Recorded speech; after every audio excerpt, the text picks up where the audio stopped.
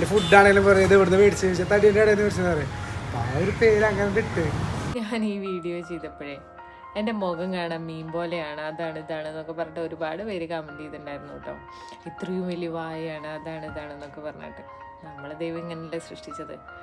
Body shaming ഞാൻ ആരെയും ചെയ്യാറില്ല, എന്നെ ആരെയും ചെയ്യണത് എനിക്ക് തടുക്കാനൊന്നും പറ്റില്ല. പക്ഷെ ഞാൻ ഇങ്ങനെയാണ്, I M so happy with that.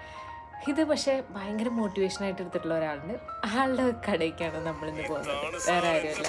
ദാത്തടിയും തട്ടുകട. ഇവിടെ ഫുഡ് കഴിക്കായിരുന്നു.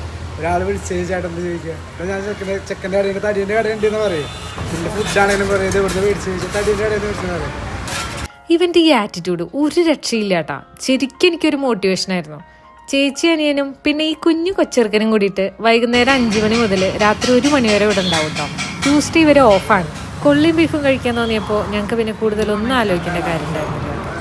ഇവരുടെ ബീഫ് അടിപൊളിയാണ്. കൊള്ളിയും ബീഫും ഓർഡർ ചെയ്തത് കൂടാണ്ട് ഒരു ബീഫ് റോസ്റ്റും കൂടി ഞങ്ങൾ ഓർഡർ ചെയ്തു. കുറച്ച് കൊള്ളിയും കൂടുതൽ ബീഫും കൂടിയിട്ട് ഇതിങ്ങനെ കഴിക്കണം, വേറെ ലെവലാണ്. വെള്ളർക്കാട് സഹകരണ ബാങ്കിൻ്റെ നേരെ ഓപ്പോസിറ്റാണ് നമ്മുടെ സ്വന്തം തടിയൻ്റെ കട. അപ്പം എല്ലാവരും വരും കേട്ടോ.